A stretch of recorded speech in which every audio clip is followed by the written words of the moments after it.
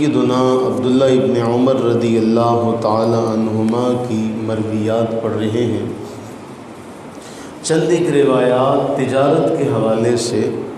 امام احمد نے جو جمع فرمائی ہیں ان سب کو آج اکٹھا کر کے پڑھ لیتے ہیں۔ حضرت عبداللہ ابن عمر رضی اللہ تعالی عنہما بیان کرتے ہیں ان رسول اللہ صلی اللہ علیہ وسلم نہا عن بیع الثمرہ حتی یبدو صلاحها نہى البائع والمشتری۔ اگر ہم دیکھیں تجارت کے وہ اصول ان روایات میں بیان ہوئے، حضرت عبداللہ فرماتے ہیں کہ رسول اللہ صلی اللہ علیہ وسلم نے پھلوں کی خرید و فروخت سے بیچنے والے کو بھی اور خریدنے والے کو بھی دونوں کو منع فرما دیا کہ تب تک پھل کی خرید و فروخت نہیں کی جا سکتی حتی یبدو صلاحها، یہاں تک کہ وہ پک نہ جائے، یہاں تک کہ وہ پک نہ جائے۔ اب دیکھیں پھل لگا ہوا ہے درختوں پر، اب ایسے میں خرید و فروخت اس کی جائے تو یہ ممکن ہے کہ ہوا تیز چلے اور وہ پھل پکنے سے پہلے گر جائے اور خریدنے والے کو نقصان ہو جائے۔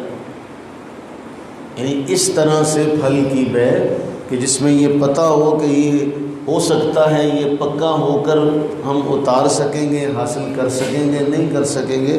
اب اس حوالے سے ہم جانتے ہیں کئی بار ایسا ہوا کہ تیز ہوا چلی اور پھل جو تیار کھڑا تھا درختوں پر،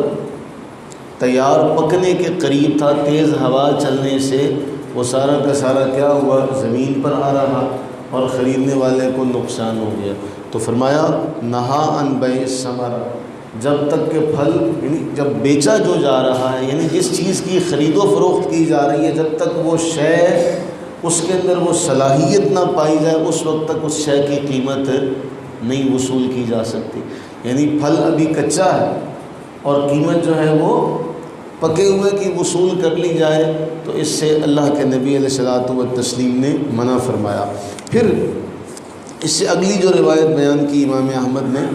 فرماتے ہیں کہ رسول اللہ علیہ الصلوۃ والتسلیم نے خرید و فروخت کی ایک قسم ہے بیع مزابنہ، ہماری فقہ کی ٹرم میں یہ استعمال ہوتی ہے۔ عام طور پہ اردو میں جب اس کا ہم معنی کرتے ہیں تو بہت سارے معانی میں ایک معنی یہ بھی ہے کہ ایک ہے پھل جو درخت پر لگا ہوا، وہ کھجور کہہ لیں یا انگور کہہ لیں، رسول اللہ علیہ الصلوۃ والتسلیم نے اندازے کے ذریعے ایسی کھجور تو درخت پر لگی ہوئی ہے، اس کے بدلے میں وہ کھجور جو پک کر تیار ہو چکی ہے اور وہ تازہ پڑی ہے یا وہ چھوارے بن چکے ہیں، ان کی آپس میں خرید و فروخت کو بھی جائز قرار نہیں دیا اندازے کے ساتھ۔ یا مثلا انگور ابھی بیل پر لگا ہوا ہے اور اتارا نہیں گیا اور اس کی خرید و فروخت اندازے کے ساتھ کی جائے کشمش کے ساتھ۔ اب کشمش کو تو وقت لگا ہے نا، اتار کر اسے رکھا گیا، سنبھالا گیا، سکھایا گیا۔ اب ایک آدمی اندازے کے ساتھ یہ کہے کہ بھئی یہ جو انگور لگے ہوئے ہیں سارے، ان انگوروں کو ان کشمش کے بدلے خرید لیا جائے، یعنی جو کھجوریں ابھی ڈوکے ہیں ان کو چھواروں کے بدلے میں لے لیا جائے، یعنی ایسی بیع جس کا اندازہ کیا جائے۔ یا گندم ابھی فصل اس کی تیار ہو رہی ہے، ابھی گندم کے دانے خوشوں میں ہیں اور اس کی ہم خرید و فروخت کریں تیار گندم کے ساتھ جو بازار میں ہے کہ یار یہ میری فصل کھیت میں لگی ہوئی ہے، پتہ نہیں ہے اندازن اتنی ہوگی تو اس کے بدلے میں مجھے اتنے من گندم دے دے۔ رسول اللہ علیہ الصلوۃ والتسلیم نے اس سے بھی منع فرمایا، اس سے بھی کیا کیا، منع فرمایا۔ پھر ایک اور معاملہ، اس زمانے میں ہم جانتے ہیں بلکہ آج سے پہلے تک دیہات میں بھی یہی اصول تھا۔ رسول اللہ علیہ الصلوۃ والتسلیم نے تاجروں کے حوالے سے ایک بات بیان کی کہ تاجر جب آتے ہیں سودا لے کر تو شہر میں ان کے نازل ہونے سے پہلے، شہر میں ان کے اترنے سے پہلے باہر سے کوئی جا کر ان کے ساتھ خرید و فروخت کر لے، اس سے بھی آپ نے منع کی۔ یعنی جب وہ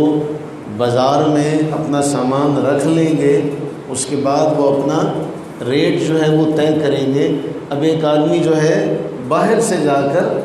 ان کے ساتھ سارا سودا کر لیتا ہے، رسول اللہ علیہ الصلوۃ والتسلیم نے اس سے بھی منع فرمایا کہ تاجروں کا سامان ابھی بازار میں پہنچا نہ ہو اور کوئی شخص جو ہے وہ پہلے سے جا کر وہ سارا سامان خرید لے۔ جس طرح کے جب رسول اللہ صلی اللہ علیہ وسلم کا جو بائیکاٹ کیا گیا تھا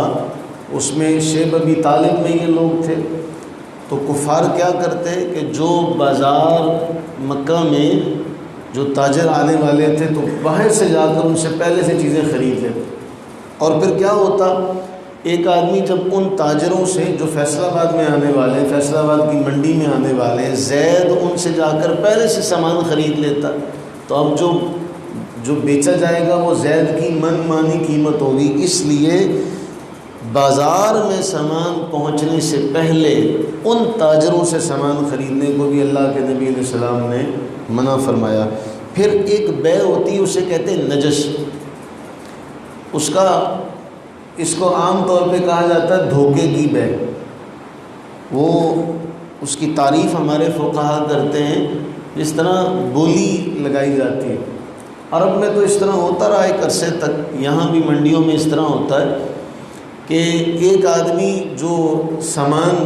بیچ رہا ہے اس نے اپنے بندے کھڑے کیے ہوئے ہیں، جیسے ہی وہ سامان ظاہر کرے، تھان اٹھائے، یا ہمارے ہاں منڈی میں ایسا اکثر ہوتا ہے کہ جب وہ لنگر اٹھاتے ہیں کیلے وغیرہ کا تو ان کے اپنے آدمی ہوتے ہیں جو ریٹ بڑھا دیتے ہیں، جو ہمارے جیسا نیا آدمی گیا ہوتا وہ کہتا یار واقعی یہ بہت قیمتی ہے۔ تو ایسی بے کو بھی اللہ کے نبی علیہ الصلوۃ والتسلیم نے منع فرمایا، پسند نہیں فرمایا۔ اب یہ جو ہم نے آج پڑھا، اگر تجارت کے ان اصولوں کو لاگو کر دیا جائے، بازار میں تجارت کرنے والوں کے لیے یہ اصول لاگو کر دی جائیں، تو اس میں آپ دیکھیں کہ کتنا فائدہ ہوگا خریدنے والے کو بھی اور بیچنے والے کو بھی، کہ جو چیز بیچی جا رہی ہے ایکچوئل